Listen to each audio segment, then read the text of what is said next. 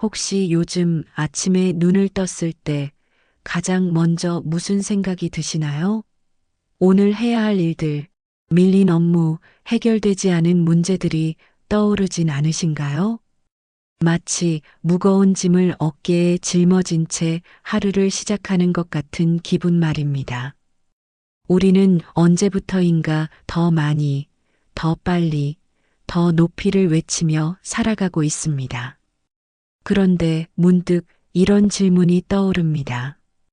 이렇게 바쁘게 달려가는 끝에 진짜 행복이 있을까? 법구경에는 이런 구절이 있습니다. 건강은 최고의 이익, 만족은 최고의 재산, 신뢰는 최고의 인연이다. 그러나 마음의 평안보다 더 큰 행복은 없다.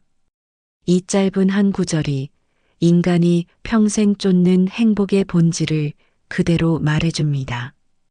우리는 늘 행복을 밖에서 찾으려 합니다.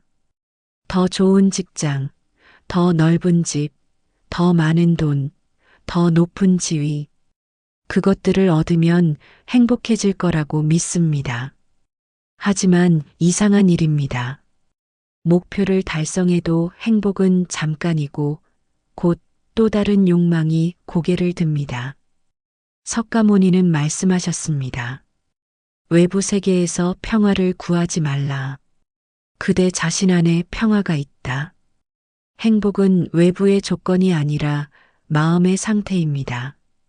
별이 어둠 속에서도 빛나듯 평온한 마음은 어떤 혼란 속에서도 행복을 발견하게 합니다. 같은 상황에서도 어떤 사람은 괴로워하고 어떤 사람은 평온합니다. 비가 오는 날 누군가는 우울해하고 누군가는 빗소리에 마음의 평화를 느낍니다. 차이는 날씨가 아니라 마음입니다. 하지만 우리는 늘 비교와 경쟁의 세계 속에 살고 있습니다. SNS를 열면 다른 사람들의 화려한 일상이 보입니다. 그 순간 우리는 자신의 삶이 초라하게 느껴집니다. 충분히 가진 것 같았는데 갑자기 부족하게 느껴집니다. 법구경은 이렇게 말합니다. 탐욕은 끝이 없는 강물과 같다. 한 가지 욕망을 채우면 또 다른 욕망이 일어난다. 욕망은 채우면 채울수록 더 크게 자랍니다. 어느 부자의 이야기가 있습니다.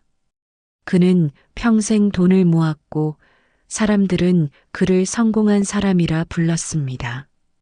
하지만 그의 마음은 늘 불안했습니다. 어느 날 그는 작은 마을의 어부를 만났습니다. 어부는 하루 종일 고기를 잡고 저녁에는 가족과 함께 웃으며 식사를 했습니다. 부자가 물었습니다. 왜 더 큰 사업을 하지 않습니까? 어부가 답했습니다. 더 많은 돈을 벌면 뭐합니까? 지금도 충분히 행복한데요. 그 순간 부자는 깨달았습니다. 진짜 부자는 많이 가진 사람이 아니라 적게 필요로 하는 사람이었습니다. 석가모니는 말씀하셨습니다. 만족을 아는 사람은 비록 가난해도 행복하다. 만족을 모르는 사람은 비록 부자여도 가난하다. 조금 부족해도 마음이 편안한 사람, 조금 늦더라도 웃을 수 있는 사람, 그 사람이 진짜 부자 아닐까요? 만족은 외부 조건이 아니라 내면의 태도입니다. 가진 것에 감사할 줄 아는 마음, 현재를 받아들일 줄 아는 여유, 그것이 진정한 부입니다. 통장에 1,000만 원이 있어도 억소리를 듣는 사람과 100만 원이 있어도 감사해야 하는 사람. 누가 더 부자일까요? 돈의 액수가 아니라 마음의 상태가 부를 결정합니다. 불교에서는 멈춤의 지혜를 가르칩니다. 멈춘다는 것은 포기가 아닙니다. 욕망과 습관의 소용돌이 속에서 잠시 나 자신을 돌아보는 일입니다. 석가모니는 말씀하셨습니다. 멈추지 않으면 볼 수 없다. 고요하지 않으면 들을 수 없다. 매일 5분만이라도 멈춰보세요. 아무것도 하지 않고 그저 숨을 쉬는 것에 집중해 보세요. 그러면 복잡했던 생각이 정리되고 불안했던 마음이 가라앉습니다. 어느 선사에게 제자가 물었습니다. 어떻게 하면 깨달음을 얻을 수 있습니까? 선사는 답했습니다. 배고플 때 먹고 피곤할 때 자라. 제자가 다시 물었습니다. 그게 무슨 특별한 가르침입니까? 선사가 말했습니다. 사람들은 먹을 때 먹는 것에 집중하지 않고 늘 다른 생각에 빠져 있지. 지금 하고 있는 일에 온전히 깨어 있는 것. 그것이 멈춤이고 그것이 명상이며 그것이 깨달음으로 가는 길입니다. 불교에서 말하는 인내에는 세 가지가 있습니다. 첫째, 누가 나를 미워해도 복수하지 않고 견디는 인내입니다. 석가모니는 말씀하셨습니다. 화는 화를 낳고 미움은 미움을 낳는다. 오직 사랑만이 미움을 멈출 수 있다. 둘째, 병과 고통을 담담히 받아들이는 인내입니다. 고통을 받아들일 때 고통은 더 이상 고통이 아니게 됩니다. 마치 파도를 피하려 하면 휩쓸리지만 파도를 받아들이고 함께 흐르면 다치지 않는 것처럼 말입니다. 셋째, 세상의 허상에 흔들리지 않는 인내입니다. 세상은 끊임없이 변합니다. 그 무상함을 깨닫고 변하는 것에 집착하지 않는 것. 이 세 가지를 품은 마음은 외부의 풍파에 흔들리지 않습니다. 법구경은 말합니다. 마음이 혼탁하면 세상이 혼탁하고 마음이 맑으면 세상 또한 맑다. 우리가 바라보는 세상은 결국 마음이 그린 그림입니다. 석가모니는 말씀하셨습니다. 우리는 생각하는 대로 된다. 우리가 생각하는 것이 곧 우리다. 하루 종일 부정적인 생각을 하면 부정적인 사람이 되고 긍정적인 생각을 하면 긍정적인 사람이 됩니다. 한 사람이 늘 불평했습니다. 어느 날 현자가 그에게 말했습니다. 일주일만 감사일기를 써보세요. 매일 3가지씩 감사한 일을 적어보세요. 처음은 어려웠지만 날이 갈수록 감사할 일이 점점 보이기 시작했습니다. 일주일 후 그의 얼굴에는 미소가 있었습니다. 세상이 변한 게 아니었습니다. 그의 마음이 변한 것이었습니다. 우리의 마음에는 늘 번뇌가 일어납니다. 걱정, 불안, 분노, 질투, 후회. 어떻게 해야 이 번뇌에서 벗어날 수 있을까요? 석가모니는 말씀하셨습니다. 번뇌를 없애려 하지 말고 번뇌를 관찰하라. 화가 날 때 화를 억누르려 하면 더 화가 납니다. 대신 화를 바라보는 것입니다. 아, 지금 내가 화가 나는구나. 이렇게 관찰하면 신기하게도 화가 가라앉습니다. 어느 수행자가 석가모니께 물었습니다. 번뇌가 너무 많아 괴롭습니다. 석가모니는 물 한 잔을 들어 보이며 말씀하셨습니다. 이 물에 소금 한 줌을 넣으면 짜서 마시지 못한다. 하지만 호수에 같은 소금을 넣으면 어떻게 되겠는가? 호수는 넓어서 소금 맛이 느껴지지 않을 것입니다. 석가모니는 고개를 끄덕이셨습니다. 그렇다.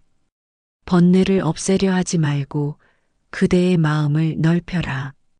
우리는 혼자 살 수 없습니다. 가족, 친구, 동료와 관계를 맺으며 살아갑니다. 그리고 많은 괴로움이 관계에서 생깁니다. 석가모니는 자비를 가르치셨습니다. 남의 고통을 내 고통처럼 느끼고 남의 행복을 내 행복처럼 기뻐하는 마음입니다.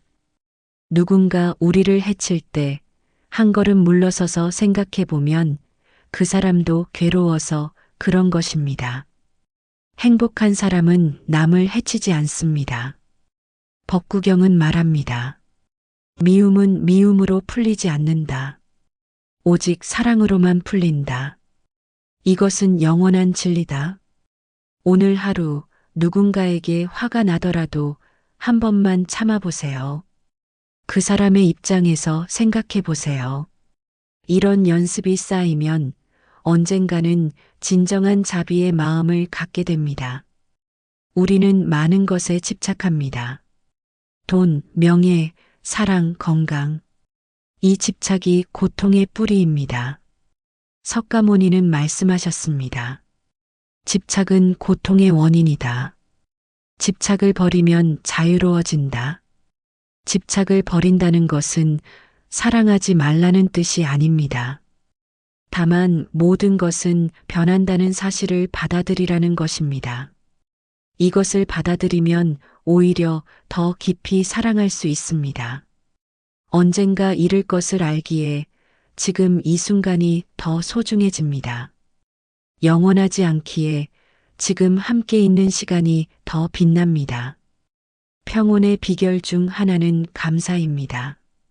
가진 것에 감사하면 마음이 풍요로워집니다. 우리는 늘 없는 것에 집중합니다. 하지만 생각해 보세요. 우리는 이미 많은 것을 가지고 있습니다. 숨을 쉴 수 있다는 것, 걸을 수 있다는 것, 볼 수 있다는 것. 석가모니는 말씀하셨습니다.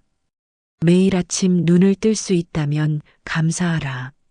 수많은 사람들이 어젯밤 눈을 감았다. 감사 일기를 써보세요.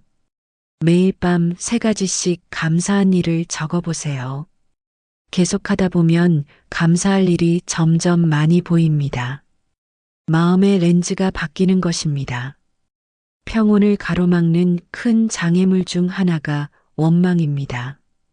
석가모니는 말씀하셨습니다.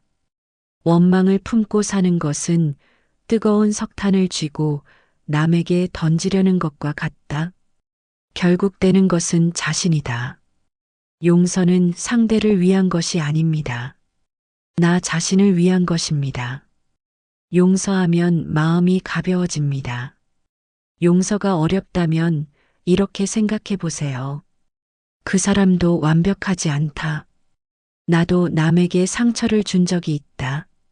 모든 사람은 배우는 과정에 있습니다. 마음이 평화로우면 세상도 평화로워집니다. 그때 부귀영화는 자연스레 따라옵니다. 그분은 통장 속 숫자가 아니라 내면에 쌓인 복과 지혜입니다.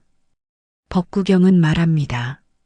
물 한 방울 한 방울이 모여 항아리를 채우듯 작은 선행이 쌓여 큰 복을 이룬다. 거창한 일을 한 번 하는 것보다 작은 일을 매일 하는 것이 더 큰 힘이 됩니다. 한 노인이 매일 아침 동네를 청소했습니다. 사람들이 물었습니다. 왜 그렇게 하십니까? 노인은 답했습니다. 깨끗한 길을 보면 마음이 편안해집니다. 제 마음이 편안하면 그것으로 족합니다. 몇 년 후 동네 사람들은 그 노인을 존경하게 되었습니다. 노인은 부자가 아니었지만 가장 큰 복을 누리고 있었습니다. 우리는 기적을 기다립니다. 하지만 석가모니는 말씀하셨습니다. 지금 이 순간이 기적이다. 숨을 쉬는 것, 걷는 것, 웃는 것. 이 모든 것이 기적입니다.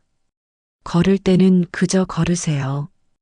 핸드폰을 보지 말고 그저 걷는 것에 집중하세요. 밥을 먹을 때도 TV를 보며 먹지 말고 음식의 맛, 향, 질감을 느껴보세요. 우리는 늘 어디론가 가고 있습니다. 하지만 인생은 목적지가 아니라 여정입니다. 지금 이 순간을 놓치면 인생 전체를 놓치는 것입니다. 오늘 우리는 긴 여정을 함께 했습니다. 행복의 본질, 평온의 가치, 마음을 다스리는 법에 대해 이야기했습니다. 핵심은 간단합니다. 행복은 밖에 있지 않습니다. 우리 안에 있습니다. 마음이 평온하면 세상도 평온합니다. 마음이 감사하면 모든 것이 축복입니다. 물론 쉽지 않습니다. 하지만 매일 조금씩 연습하면 됩니다. 오늘 하루 5번만 숨을 깊이 쉬어보세요. 한 가지만 감사해 보세요. 한 사람에게만 미소 지어 보세요. 이런 작은 실천이 쌓여 큰 변화를 만듭니다. 오늘 하루 잠시 눈을 감고 자신에게 물어보세요. 지금 내 마음은 어디에 머물러 있는가? 과거의 후회입니까? 미래의 불안입니까? 아니면 지금 이 순간입니까? 내가 정말 원하는 것은 무엇인가? 더 많은 돈입니까? 더 높은 지위입니까? 아니면 편안한 마음, 사랑하는 사람들과의 시간, 내면의 평화입니까? 오늘 하루 감사한 일이 무엇인가? 3가지만 떠올려 보세요. 아주 작은 것도 좋습니다. 그 마음이 고요하다면 당신은 이미 부자입니다. 당신 안의 평온이 바로 세상에서 가장 큰 행복이니까요. 법구경의 마지막 가르침으로 오늘을 마무리하겠습니다. 수천 개의 빈 말보다 평화를 가져오는 한마디가 낫다. 수천 편의 빈 시보다 평화를 가져오는 한 구절이 낫다. 수천 번의 빈 싸움에서 이기는 것보다 자신을 이기는 것이 진정한 승리다. 오늘 하루 당신이 이겨야 할 것은 남이 아닙니다. 바로 당신 안의 불안, 욕망, 집착입니다. 그것을 이기는 순간 당신은 진정한 평화를 얻게 될 것입니다.